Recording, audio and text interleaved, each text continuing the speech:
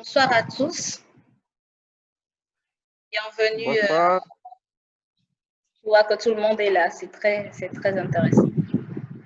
Nous sommes là aujourd'hui pour le webinaire portant sur l'agriculture durable et nous allons commencer comme prévu à 17 h.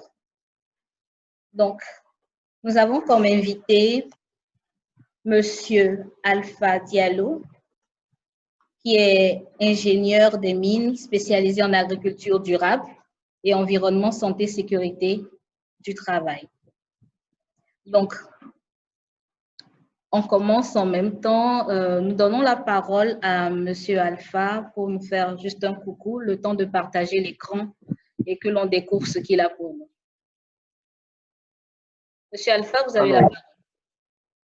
Merci. Bonsoir à l'ensemble. C'est évidemment un grand plaisir pour moi de communiquer avec vous ce soir et de partager avec vous certains éléments que j'ai pu concocter durant ces derniers jours dans tout ce qui concerne l'agriculture durable. Quand je vous parle de derniers jours, ça veut dire depuis ces 2 dernières années. J'ai eu à me concentrer sur cet aspect principalement et j'ai un master de recherche qui doit tourner autour de ça dans la prochaine année. Un master de recherche qui va couvrir la zone ouest africaine et la zone, bien sûr, sud-africaine. Alors, bien entendu, je ne suis pas un expert dans le secteur de l'agriculture. Je suis un ingénieur de mine à la base. Mais tout ce qui est résilience, tout ce qui est développement durable, tout ce qui est santé, sécurité au travail sont des domaines qui se répètent le plus souvent dans ma vie professionnelle. Ce qui fait qu'à un moment donné, je me suis vu beaucoup plus en interaction avec ce milieu et que je puisse aujourd'hui donner certains éléments clés qui peuvent aider de part et d'autre à construire l'avenir des producteurs et jusqu'aux consommateurs en couvrant toute la chaîne de valeur agricole. Merci Farida pour la parole, merci pour l'invitation. Le reste des commentaires, nous les aurons dans les échanges. Merci. D'accord, merci. Est-ce que l'écran se fait voir, s'il vous plaît? Oui, à mon côté, je vois l'écran. D'accord. L'écran de PowerPoint? Bien sûr, je le vois. D'accord. Donc, on va démarrer alors. Donc, à vous la parole. Alors, bonsoir. Comme elle a bien signifié, je suis Alpha Diallo, ingénieur des mines de formation. Je me suis spécialisé durant les dernières années en agriculture durable et en environnement, santé et sécurité au travail. Je vois, elle a mentionné du travail, mais c'est au travail. C'est pas mal. Ce n'est que détourné de la langue française. Et à cette présentation, je vais un tout petit peu parler d'Essi Farida Geraldo. Je l'ai rencontré à travers le programme Mandela Washington Fellowship aux États-Unis, où j'ai partagé, je crois, 6 semaines avec Essi à l'Université de l'Arizona. De là-bas, nous avons tissé de bonnes relations et j'ai vu qu'elle faisait de bonnes actions qui sont très, très concrètes dans le secteur de l'environnement. À cela est venu, au début en 2016, j'ai créé avec une autre Togolaise du nom de Asiaka Roland Diatoubé, je crois. Vous allez la connaître. Elle est la fondatrice de la Web TV qui s'appelle EcoConscience TV. Une Web TV qui travaille bien aussi au Togo, qui couvre beaucoup d'événements environnementaux. Elle est la coordinatrice de ce mouvement qu'on a lancé depuis Sénégal en 2016, qu'on appelle Alpha Vert. Donc, vous avez vu le logo sûrement dans ce PowerPoint, en bas du pied à votre droite. Donc, ce qui veut dire, l'idéal pour moi, c'est de faire recourir toutes les ONG de tous les pays de l'Afrique occidentale, principalement, mais de l'Afrique en général, afin qu'on parle d'une même voix et qu'ensemble, nous trouvons des solutions pérennes aux défis que nous nous sommes lancés depuis le début. À cela va s'ajouter cet accord qui a été signé à Maputo en 2010. Cet accord qui dit que tous les pays africains, y compris ceux de la CEDEAO, du Nord, du Sud, du Centre, de l'Ouest, de l'Est, tous ceux-ci ont signé un accord qu'ils allaient allouer 10% de leur budget annuel à l'agriculture, afin que l'agriculture soit un secteur propice de développement dans les différents pays que nous avons chez nous, et en même temps qu'on arrête d'importer, mais cela ne veut pas dire que nous avons déjà réussi à atteindre ces 10%. Je peux vous garantir une seule chose. Les échanges ont prouvé que même 2% à 3% des économies des pays ne sont pas orientées vers l'agriculture. Pendant que nous avons 66% des terres arables, un rapport qui a été fourni récemment à travers la Banque mondiale prouve que nous avons 66% de terres arables, mais nous ne pouvons même pas produire 10% de ce que nous consommons. Ça doit amener à réfléchir. Donc ça, c'est le secteur de l'agriculture en général. Pour ceux qui voudront beaucoup plus de détails sur cela, je vais les ramener des liens. Ceci va être comme des appuis. On peut passer à la slide suivante. Cette slide, non, celle précédente d'abord. OK. Cette slide, si vous avez constaté, vous avez vu ce qu'on appelle sustainability. En fait, le mot sustainable, ça veut dire durabilité, quelque chose qui est pérenne. Il est né depuis la langue anglaise, mais de nos jours, beaucoup plus utilisé dans le secteur francophone. Les trois facteurs, ou bien les trois paramètres les plus fondamentaux d'un développement dit durable tournent autour de l'économie, l'environnement et bien sûr de la communauté. Il est dans ce cas de notre devoir de relever un grand défi, de pouvoir concocter les trois valeurs, que nous cherchons notre économie tout en préservant notre environnement et en même temps vivre en tant que citoyen au bénéfice de l'un et de l'autre. Cela ne peut pas être possible si nous ne comprenons pas d'abord ce que c'est que l'environnement. Donc, brièvement, je vais essayer de définir l'environnement. L'environnement n'est rien d'autre que le milieu où nous vivons et tout ce qui entoure ce milieu. Ça, c'est la définition la plus simple que nous tous nous avons appris depuis l'école primaire. Cette définition, je l'aime bien parce qu'elle permet aux gens de ne pas être distraits en ce qui concerne les définitions. C'est vous, y compris votre milieu de vie. Alors, cet environnement, vous allez remarquer qu'il y a deux types de bio dedans. Vous avez la biocénose qui représente les écosystèmes et les êtres qui sont dans ces écosystèmes, vivants et inertes. Maintenant, vous avez le biotope. Ce sont les différentes cavités de déchets et autres que ces individus produisent autour d'eux qui ont aussi une autre interaction. Sachez que dans votre milieu de vie, rien n'est au hasard. Les sels qui sont produits par exemple par la vache, qu'on appelle la bouse de vache, peut bien sûr donner la force au sol afin que le sol soit beaucoup plus fertile. Et la même vache va brouter les herbes qui vont pousser sur ce sol et vice-versa. C'est un cycle totalement fermé à travers lequel tout le monde peut bénéficier. Passez à la slide suivante. Pour cette slide, elle vous a présenté la définition de l'agriculture durable.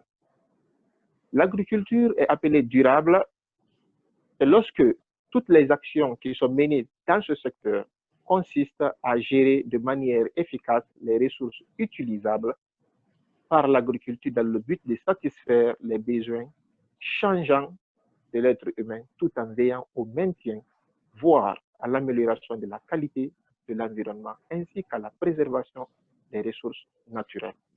Les ressources naturelles, le plus souvent, nous ne voyons que les minéraux utiles, les gisements d'exploitation, l'or, le diamant, l'uranium. Par contre, les ressources naturelles commencent d'abord par nous. Nous sommes une ressource naturelle. Tout ce que nous mangeons, tout ce que nous essayons de consommer et ce que nous produisons devrait avoir un rapport direct et une influence directe sur notre santé. D'une manière ou d'une autre, ce que nous faisons se rattrape de plus proche ou de plus loin à nous, d'une manière ou d'une autre. C'est pourquoi il faut faire beaucoup attention. Alors, la durabilité n'est pas que le nombre d'années que ça peut faire, mais aussi la qualité de ce qui est produit, sans détériorer l'état de départ de ce que nous avons de trop. Utiliser un sol durablement sous-entend qu'on fasse une bonne jachère, qu'on fasse une bonne production. À la suite de cette production, que nous puissions vivre en concordance avec cette terre pendant 10 ans, 20 ans, 30 ans, 50 ans, sans devoir abandonner cette terre et aller couper une autre terre. En coupant d'autres arbres, nous élargissons non seulement l'intervention du Sahel ou bien du désert dans son avancée, mais en même temps aussi nous empêchons l'utilisation efficace de ces portions de terre que nous avons finalement détériorées. Cela va sans dire qu'il faudrait assurer une production pérenne de nourriture. L'assurance de la production pérenne de nourriture n'est pas égale à l'assurance de la production en quantité de nourriture. La production pérenne, c'est qu'elle doit être là, continue, et pouvoir pourvoir à chaque instant. Mais si vous avez détruit votre champ sur lequel vous avez l'aptitude de produire, supposons, 100 tonnes de riz, mais vous n'avez même pas pu produire 10 tonnes de riz, mais vous ne pouvez plus retourner sur cette terre, là, la pérennité n'existe pas. Même si vous continuez à produire en pensant que vous êtes en train de faire une agriculture pérenne, je n'appelle pas cela l'agriculture pérenne, mais j'appelle cela l'agriculteur pérenne. En fait, vous changez les terres au fur et à mesure, mais à la fin, aucune terre ne peut être utile. Cela aussi va aller jusqu'au niveau des bois, des fibres, en respectant les limites écologiques. Les limites écologiques sont enseignées dans les différents accords que nous avons signés. Les conventions que les nations ont signées, il y a beaucoup de limites qui sont définies dedans, comment nous devrons nous comporter. En même temps, pensez à l'économie. L'agriculture chez nous, jusqu'à aujourd'hui, elle reste familiale. Les gens, ils produisent ce qu'ils consomment. Et même ce qu'ils produisent, ils ne peuvent pas le consommer durant toute l'année, peut-être les 3 premiers mois de l'année qui suivent juste après la récolte. Cela est difficile à comprendre, que nous ayons la plus grande pluviométrie, que nous ayons les sols les plus riches, mais que nous ne puissions produire que ce que nous ne pouvons consommer que 3 mois. À partir du 4e mois, il faut faire recours encore à des importations. Jusque-là, nous ne sommes pas dans la durabilité, mais nous sommes dans la survie du moins agricole. La sociabilité, en même temps, assurer la maintenance dans le temps de cette production. En termes beaucoup plus vagues, c'est ce que je peux donner comme définition. Par contre, la slide suivante va vous parler de ce que nous avons appelé l'agriculture dans un sens beaucoup plus durable. Dans ce sens, vous allez avoir comme par exemple une agriculture qui est de moindre pollution au niveau de l'eau. Si vous utilisez des intrants agricoles et vous utilisez des pesticides, ainsi de suite, tout ceci-là vont polluer le sol. Avec une forte pluie qui tombe dans votre champ, vous allez découvrir des eaux de ruissellement qui vont aller dans les nids de vos fleuves, dans les nids de vos rivières, et ça peut polluer la qualité de l'eau. Donc, grâce au contrôle de toutes les sources de contamination, les pesticides, les fertilisants, les sédiments, les eaux usées et carburants, tout ce qui rentre dans cet aspect, il faudrait que nous ayons une même mise là-dessus pour pouvoir produire. Et cette production, elle sera durable parce qu'elle n'est pas que du nombre d'années, mais elle est de la qualité même de la production que nous faisons. Il faut aussi qu'il y ait moins d'érosion du sol. Combien de pourcents de sol nous perdons à chaque pluie si notre champ, par exemple, est sur une falaise, ou notre champ est dans un ravin, ou notre champ se trouve sur un plateau? Combien de pourcents de ce sol nous perdons? Il faudrait que nous ayons, par exemple, des systèmes récemment que nous avons mis à disposition au niveau d'une zone qui se trouve à 300 km de Conakry. Conakry, c'est la capitale de la Guinée. À 300 km d'ici, nous avons proposé l'utilisation d'un type de plantes pour permettre au sol d'avoir cette résilience sans que l'érosion ne puisse dominer le sol.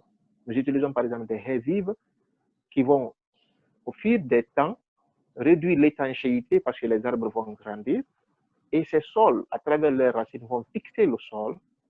Ces arbres, du moins, à travers leurs racines, vont fixer le sol et le sol ne va pas être facilement érosif. Ça, ce sont des méthodes. Il y a aussi la protection de l'habitat naturel de la faune et de la flore. Il faudrait que dans votre production, tout ce que vous utilisez ne puisse pas, par la fin, chasser les animaux autour de votre champ de culture.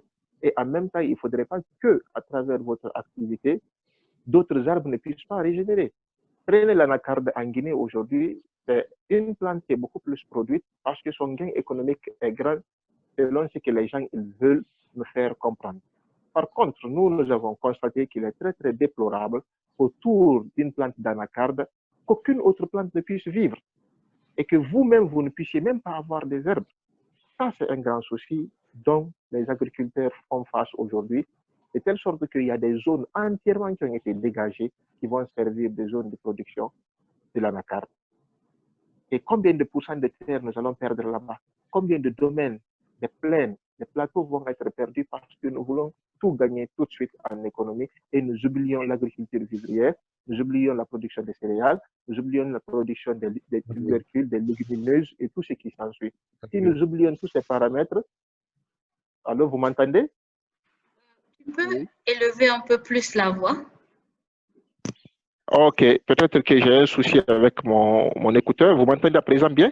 Oui, c'est beaucoup mieux. Bonjour. Oui, maintenant c'est bon. Ok. Oui, on vous C'est bon? entend bien, ouais. Oui, Ok, ça marche. poursuivez. Oui, poursuivez. Ok. Donc, au niveau de la protection de l'habitat naturel, nous, par exemple, récemment, nous avons sur 2 hectares produit du gingembre. Poursuivez, Monsieur Alpha. Ok. Donc, je disais, je vous donne un exemple de production que nous avons faite sur 2 hectares du gingembre. Quand je suis venu, je leur ai demandé quelles sont les caractéristiques de production du gingembre. Ils m'ont dit, entre autres, l'humidité. Oh, ok. L'humidité, ça veut dire par ici que nous pouvons procéder à l'agroforesterie, c'est-à-dire avoir quoi manger, mais en même temps prendre soin des arbres. Parce que sous les arbres, c'est toujours humide. Entre-temps, nous avons fait l'étude de la qualité des arbres sous lesquels nous allons planter.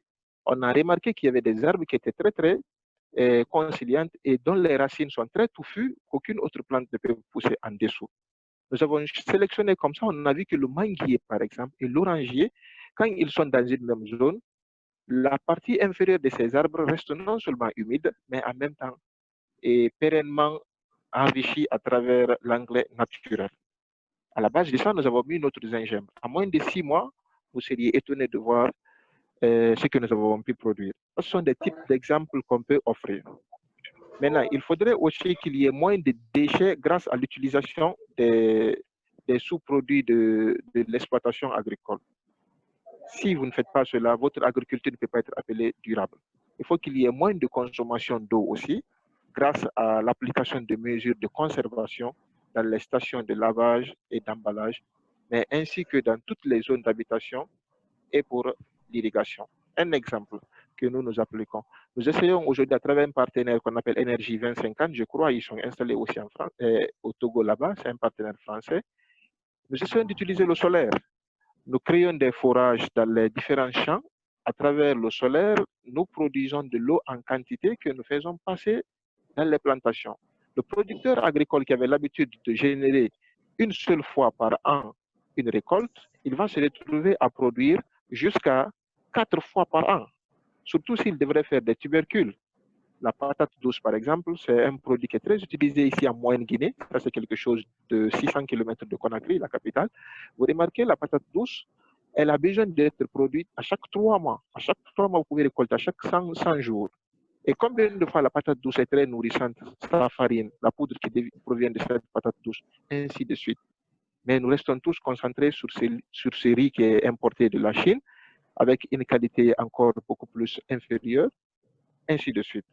Donc, dans la définition, il faudrait aussi qu'on parle de ce point.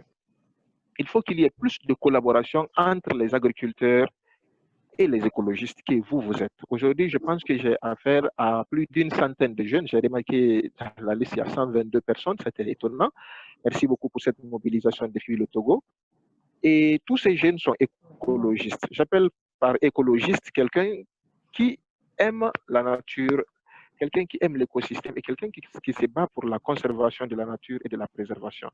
Donc, nous sommes tous des écologistes. On n'a pas besoin de sortir d'une université d'écologie ou d'avoir un diplôme en doctorat dans quelconque secteur environnemental. Par contre, si nous nous battons pour la bonne cause, qui est la préservation de notre milieu de vie, des espèces qui y sont, ainsi que la production à travers cela, nous appelons ça écologiste.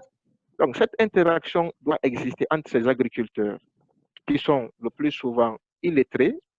À 60%, nous avons constaté en Guinée que les producteurs agricoles sont dans des villages, ils n'ont jamais été à l'école, et ils se fient encore au fanatisme naturel. Pendant que le monde change et il y a un dérèglement climatique, même si on ne le reconnaît pas.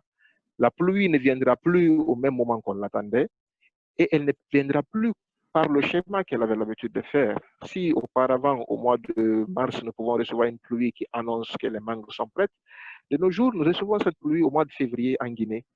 Et quand elle vient, elle devient une pluie très, très torrentielle avec beaucoup de dégradation. Beaucoup de dégradation des sols. Vous voyez même des endroits qui sont inondés, ainsi de suite. Une pluie qui était censée juste être des gouttelettes pour redonner raison à la flore et produire beaucoup d'aliments, par la fin, elle devient une pluie qui a l'habitude de tomber en plein mois d'août en Guinée. Donc ça, ce sont des facteurs que les agriculteurs, ils ne comprennent pas. Et qu'est-ce qu'ils font? Le plus souvent, ils retournent tout à Dieu. Dieu est fâché contre les gens, Dieu a fait ceci, Dieu a fait cela. Pendant que nos actions que nous sommes en train de mener sur la nature et l'environnement ont toujours des conséquences auxquelles nous devrons faire face pour vivre. Alors la durabilité, par définition, implique tous ces facteurs. Cette interdépendance entre vous, la faune, la flore, les producteurs agricoles, les consommateurs de ces produits agricoles, cette interliaison, cette interdépendance devient l'obligation fondamentale pour tout. Vous m'entendez? Des caractéristiques, comme je le signifiais tout à l'heure, les caractéristiques, pour résumer, de cette agriculture durable, elle doit être écologiquement saine, socialement équitable. Ça, ce sont les différentes caractéristiques. Il y a autres caractéristiques que nous devrions mentionner. Des caractéristiques qui doivent être l'adaptation. L'adaptation, c'est ce que je suis en train de définir tout à l'heure. C'est la capacité qu'a une communauté à faire face à n'importe quel défi qui se présente à lui. Donc ça, c'est l'adaptation. Une fois que le défi, il est là, si le défi a fait un grand impact négatif, il faudrait que la même communauté soit à mesure d'atténuer cela. Vu que nous ne sommes pas en train de faire l'analyse des impacts de la nature sur la production agricole, sinon je serais rentré un peu plus en détail là-dessus. Mais une autre caractéristique aussi, c'est l'homme. L'homme doit pouvoir voir au-delà juste de ses besoins nutritionnels et aller au-delà de ses besoins nutritionnels. Les besoins nutritionnels, c'est vrai, c'est quelque chose dont on n'a pas le choix. Il faudrait manger forcément. Mais ce que vous mangez, si c'est produit à la base de beaucoup plus d'intrants agricoles, de beaucoup plus de produits chimiques, ça fait beaucoup plus de difficultés un jour pour vous. Raison pour laquelle, avant d'attaquer le dernier point de ma communication sur les principes, j'aimerais parler de 3 types d'agriculture que je conseille actuellement. L'agriculture biologique, elle a 2 formes. Il y a une culture sur sol, il y a une culture hors sol. C'est une forme de culture que j'aime beaucoup donner comme exemple. Elle est pratiquée par exemple au Sénégal. L'agriculture extensive vivrière pratiquée au Sénégal par une communauté de Sérères qui consiste ici à faire de l'élevage du bétail en même temps faire de la production agricole. Sachant que la zone qui avait reçu le bétail à un moment donné ou bien dans une saison va être déplacée pour une autre zone qui va recevoir à la place de la zone d'élevage de ce bétail une production de tubercules, supposons. Et l'année suivante, ce serait des céréales de maïs. L'année suivante, donc, une culture en rotation. C'est un bel exemple d'agriculture biologique et les gens prennent tout leur temps pour désherber. J'ai remarqué dans le groupe d'échange quelqu'un qui a posé la question, comment pouvons-nous produire biologiquement sur une grande superficie, sachant que nous aurons les difficultés, par exemple, de désherbage? Est-ce qu'il faudrait faire recours aux pesticides ou bien aux herbicides? Si nous faisons recours aux herbicides, est-ce que cela veut dire que notre agriculture est biologique? Ainsi de suite. C'est pourquoi des recherches sont actuellement en cours à travers un partenariat que nous avons avec ToSoilS. C'est l'une des plus grandes institutions qui a mis en place le Global Alliance of Geological Agriculture, qui est basée actuellement à Washington. Et nous, en Guinée, nous faisons des recherches. Comment produire sur des roches sédimentaires. Et cette production va permettre aux consommateurs d'avoir de l'alimentation au fur et à mesure, mais ne pas avoir à désherber. Parce que difficilement les herbes poussent sous une roche, ainsi de suite. Donc, c'est la deuxième proposition que je ferai sur la proposition de l'agriculture biologique, c'est de faire de l'agriculture géologique. Et pour ça, il faudrait avoir déjà étudié toutes les roches sédimentaires des zones fluviales de chez vous. Et à côté des zones fluviales, il y a aussi les zones océaniques, d'où on peut avoir des roches et du sable. On essaye. À la suite de ça, nous saurons quel type de sol équivaut à quel type de culture. Et depuis votre maison, vous pouvez produire ce que vous allez consommer. Le monde est arrivé à un niveau où vous n'avez pas besoin d'une grande superficie sur 2 hectares, 10 hectares pour avoir la capacité de nourrir les gens. Peut-être que même 5 hectares pourraient suffire pour nourrir tout un pays si toutefois l'agriculture elle est intelligente. Donc ça, c'est la dernière version dont je vais parler de proposition d'agriculture, c'est l'agriculture intelligente. Une agriculture qui est adaptée avec la technologie, une agriculture beaucoup plus poussée, mais qui pourrait ne pas être la bienvenue en Afrique ces temps-ci. Les raisons sont entre autres, nous avons 60 et quelques % de nos populations qui ont même du mal à avoir accès à un téléphone Android et qui ont du mal aussi à pouvoir manipuler ces téléphones, à plus forte raison de piloter à distance l'arrosage de leur champ ou à plus forte raison de lancer la sémence depuis une application ou de savoir quel est le type de sol à travers un drone qui circule là-dessus et pour eux ou un sol qui est totalement dénudé de valeur en engrais et quel est le type d'engrais qu'il faut pour tel type de sol. Ça, c'est quelque chose qui pourrait nous faire gagner beaucoup en temps, mais je ne crois pas que les 10 prochaines années soient à la hauteur pour l'Afrique. À présent, je termine ma discussion par les principes. Et pour principe, j'aimerais bien citer Greenpeace. Beaucoup de gens connaissent Greenpeace parmi nous. C'est l'une des ONG la plus ancienne et qui se bat beaucoup pour aider à offrir un environnement sain pour un monde meilleur.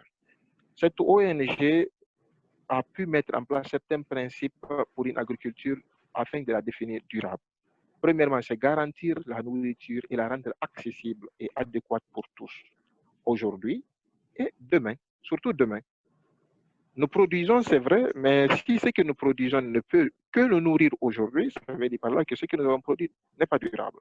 Et ça y va de nos parents qui produisent à l'intérieur du pays et dans les zones les plus éloignées. Ils produisent une grande quantité, mais la quantité qu'ils ont produite, elle n'est grande que devant leurs yeux. Une fois qu'ils ont enlevé ce qu'ils vont consommer dans les 3 prochains mois, ils n'ont plus rien à pouvoir vendre. Donc ça, c'est un grand souci. Par contre, plus de 840 millions d'hommes et de femmes, comme vous allez le constater, à travers le monde, souffrent de faim et de malnutrition. Ça, c'est d'après PAM, le Programme alimentaire mondial. Cela est causé par une distribution inéquitable des ressources. Et récemment, on a remarqué que 3/4 de ce qui est produit dans les zones occidentales d'Europe et des États-Unis se retrouve dans la poubelle, pendant que nous avons plus de 840 millions de personnes qui meurent de faim. C'est inconcevable. On ne peut pas s'imaginer que cela soit possible. Nous produisons, même en Guinée ici, récemment, nous avons remarqué une grande quantité de pommes de terre qu'on perdait, et une grande quantité de pommes de terre qu'on perdait. Pourquoi? Parce que simplement, on n'a pas pu écouler. Ou on a pu écouler, mais les revendeurs ont tellement mis le prix sur ces pommes de terre que les acheteurs les ont laissés pourrir au marché. Ainsi de suite. Donc, il faut que la politique de distribution alimentaire soit rendue équitable afin que tout le monde puisse manger à sa faim et celui qui revend aussi puisse en profiter. Et ça, c'est le rôle des politiques. C'est pourquoi la Convention de Maputo a été signée entre les États afin de permettre d'asseoir cela. Le deuxième point, c'est protéger et restaurer les écosystèmes agricoles et la biodiversité. Il faudrait, d'après Greenpeace, que nous ayons la capacité de restaurer. La restauration est différente de la réforestation. La restauration doit donner la capacité à la communauté de vivre de leur agriculture normalement et en même temps de donner la chance aux différentes forêts communautaires qui sont autour du village d'exister avec les animaux qui s'y trouvent, la faune soit maintenue et en même temps qu'on puisse prendre un privilège de toutes les ressources. Les eaux, les sols, l'air, les forêts, les arbres, la faune, tout ce qui tourne autour de ça doit être revivifié. C'est ce qu'on appelle la restauration. Si tel n'est pas le cas, nous avons juste fait un reboisement. Les gens passent leur temps à planter des bois et ils croient avoir restauré l'environnement. Non. Restaurer, ce n'est pas seulement prendre une espèce et travailler sur l'espèce. Il faut conserver les autres espèces. Okay. C'est ce qui nous a valu, par exemple, PN, cette année, qui a permis de prendre, comme vous l'avez constaté, 1 200 000 hectares en compte avec des villages qui entourent la zone, afin de permettre de conserver non seulement le parc national du Haut-Niger, à travers lequel le fleuve Niger, qui se jette dans l'Afrique occidentale, passe, d'où d'ailleurs il a pris sa source dans notre pays, ici au sud de Farana, ainsi de suite. L'avant-dernier point, c'est réduire la consommation d'énergie et d'eau, réduire les déchets, ainsi que les risques pour la santé humaine et l'environnement. Combien d'entre nous souffrons des pathologies qui sont dues à ces productions que nous avons faites? Combien de nous aujourd'hui souffrent de maladies diabétiques? Combien de nous ont du mal aujourd'hui à avoir une bonne respiration saine? Cela n'est dû à autre chose que des valeurs qu'on a ajoutées, des facteurs externes, par exemple des énergies, des produits agrochimiques que nous avons utilisés, des énergies fossiles et des systèmes de transport et d'emballage qui sont excessifs, qui participent eux aussi à faire beaucoup plus de la pollution, les pesticides aussi et les herbicides qui sont trop utilisés par nos parents, qui sont devenus de plus en plus fatigués dans la production, l'agriculture qui n'est pas mécanisée, et ça aussi, ça les expose à des risques sanitaires très énormes, les rivières et les fleuves, les types de poissons que nous consommons qui sont trop dominés par le mercure qui vient de ces produits, nous rend paresseux. Et à chaque fois qu'on consomme, par exemple, du poisson, nous passons notre temps à dormir. Tu vois un jeune qui a moins de 30 ans, il vient à son bureau à 10 heures, il ne peut pas travailler 5 heures de temps. Vous imaginez, et après on se demande qu'est-ce qui le prend. On parle de solutions fanatiques, ça trouve que la solution n'est nulle part si ce n'est que dans son manger. Il faudrait qu'on revoie, c'est ce qu'on appelle l'agriculture durable. Le dernier principe dont je vais parler, c'est l'émancipation des petits agriculteurs, des fermes familiales et des communautés rurales. Pour ça, j'aime beaucoup citer le Togo. J'ai partagé une vidéo dans le groupe, si vous avez remarqué, hein, un monsieur que j'apprécie beaucoup, il est venu de ses études et il a pu redonner la force au sol. Il a pu redonner la force au sol et qu'est-ce qu'il a dit comme slogan? Ce n'est pas le sol qui était pauvre, c'est les humains qui étaient pauvres. Ils ne veulent pas retourner à la réflexion, ils ne veulent pas retourner au travail, ils ne veulent pas donner la force à leur communauté en travaillant main dans la main. Tout ce qu'ils ont toujours voulu, c'est produire seul, consommer seul, sans pouvoir partager ce qu'ils sont en train de consommer avec les autres. Ça ne peut pas marcher. Donc ça, c'est la dernière partie des principes. Vous pouvez passer à la slide suivante.